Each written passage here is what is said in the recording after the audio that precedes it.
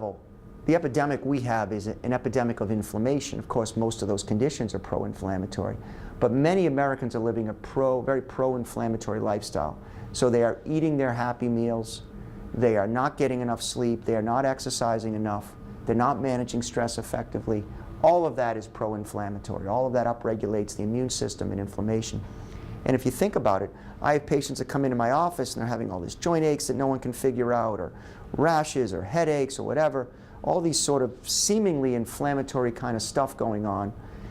And you think about what people are doing, you know, we're waking up in the morning, eating our happy meal or equivalent, and inflammation is upregulated, starts to come down. Of course, we eat now our next Western meal is up again, starts to come down, 3 hours later it's up again. So, you know, what I'll often say to my patients, and then of course you throw in the sedentary lifestyle and other things, and it's really like if you took 1,000 cars, 1,000 blue Fords, right? And they all came out of the same Ford factory. You lined them up, you started them up, you put a brick on the gas pedal, so they're all revving. What's going to happen? Some are going to just go till they run out of gas. But a bunch of them are going to break, and they're not all going to break the same way. So a fan belt's going to go on one's going to pop a hole in the radiator.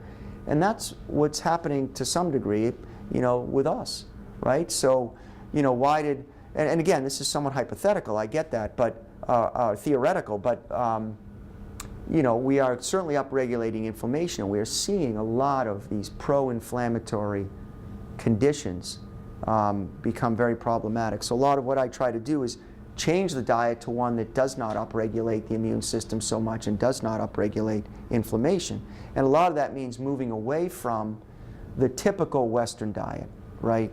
And again, I'm not saying all this is bad, but you know, we're talking about limiting red meats, if you can, grass-fed, certainly sugary desserts, high-fat foods may depend on the type of fat, some of that's controversial now, refined grains, high-fat dairy products, again, controversial perhaps, but dairy in general is problematic for some people. Certainly high sugar drinks, and then high intakes of processed meats, things like that. My son asked me the other day what Spam was. He was like, "You ever tasted it?" I think I have when I was younger, but don't eat much of it anymore. A lot of this relates to not only what we eat, but the impact that it has on the 100 trillion bacteria that live in our gut. And we have some really top-notch researchers, you know, Chris Newgard and others here that do a lot of really cutting-edge research on the microbiome, the microbiota. And I am a neophyte on this, but I really find this area interesting. I think this is one of the next great frontiers as it relates to our understanding of health within the body. You know, those 100 trillion bacteria live very synergistically with us, make certain vitamins for us, make enzymes so we can digest certain vegetables, are a part of our immune system. But they also, you know, and when they get out of balance, things can go awry, right? It's interesting. There is an association between sort of changes in gut flora and obesity, for example. Some of that has been animal studies, but there is human studies. So for example, and why would that even happen? Like, why would we evolve that way so that there be some relationship between these gut flora and everything? Well, what they did is they actually studied pregnant women. And when a woman gets pregnant, you need 300 more calories a day to support the fetus, the baby. And they've actually shown in pregnant women that there is a shift in the gut flora such that you absorb more calories from the foods that you eat. And actually, when a woman is lactating, you need 500 more calories a day. It's actually more to produce breast milk.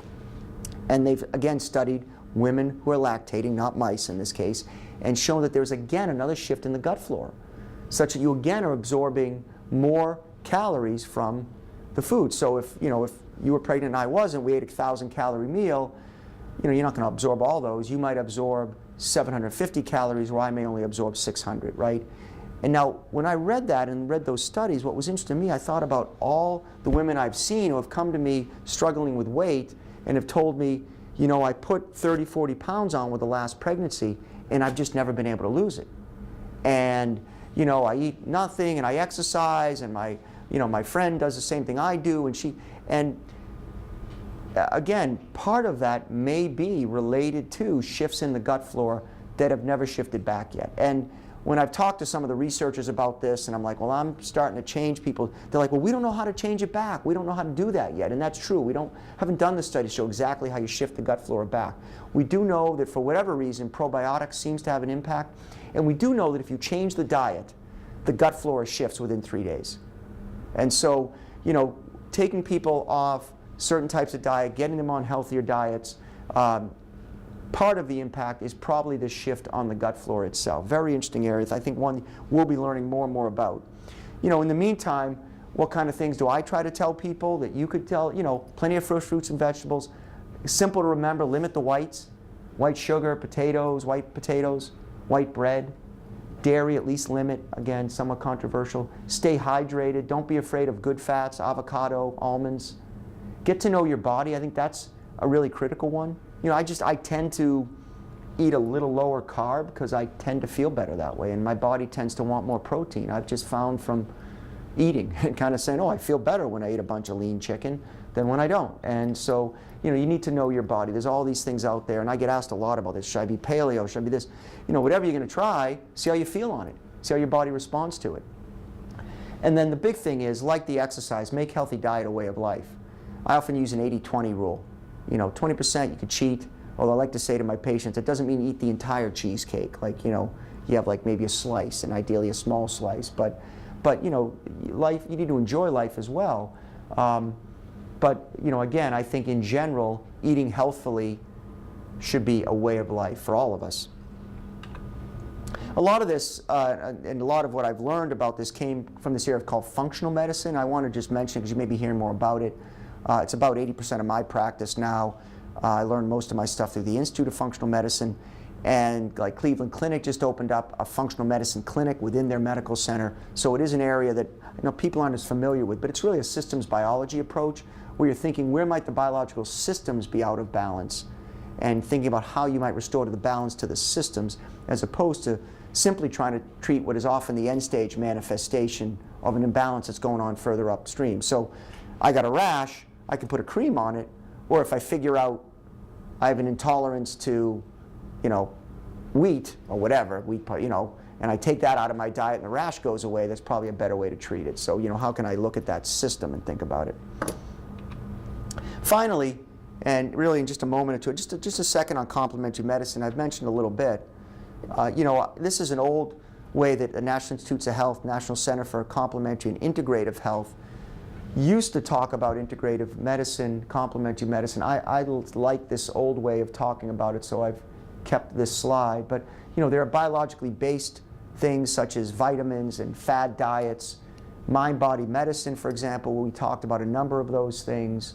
There's energy medicine we haven't talked about, healing touch, Reiki, many of those things. In some ways maybe acupuncture, since the needles are put in different points along the body to manipulate the flow of energy in the body, at least from a Chinese medical perspective. And then, of course, manipulative and body-based practices like chiropractic or massage therapy, you know, fall into this area. I think what's important to understand is that many of the things that might be up here come from other systems of healing, whole systems of healing with their own paradigm, their own way of viewing disease, often very foreign to us, you know, sort of grew up and trained within a Western paradigm, but, and again, often with the concept of balance in the body being particularly important. I mean, not that we don't have that in homeostasis as a concept, but very, very interesting. And of course, very popular, right? And so, you know, it's important to understand that many of our patients are taking dietary supplements, maybe many we are. Deep breathing is popular, yoga, tai chi. I think, again, what's important is any of this needs to be a part of an overall healthy lifestyle that an individual is living. And to me, that's an integrative approach to care. And to me, that's not something that integrative medicine owns. And many of us, myself included, you know, if integrative medicine as a term goes away, because, you know, what I've been describing is pretty much the way we practice healthcare, along with all the cutting edge technology and everything else, you know, I'd be perfectly fine with that, and many of us would. So I'll leave you with this message. You know, every day, certainly our patients, our family members, our loved ones, but really, let me say every day we wake up, we are right here, right? And we have decisions to make. And I would suggest to you that some of those decisions involve things like, what am I going to eat today? Am I going to exercise today? What am I going to do to manage stress? What might I do to enhance some relationships in my life? And those decisions that we make every day determine what thrive will look like for us, whether or not we get here. And of course, once we're here, it's time to climb the next mountain. I mean, it's not like it's a never-ending journey, obviously. But again, I hope that this talk not only helped you understand a little more about integrative health, a little bit more that might be able to guide you in the care of your patients, but also hopefully in your own self-care. So thank you very much.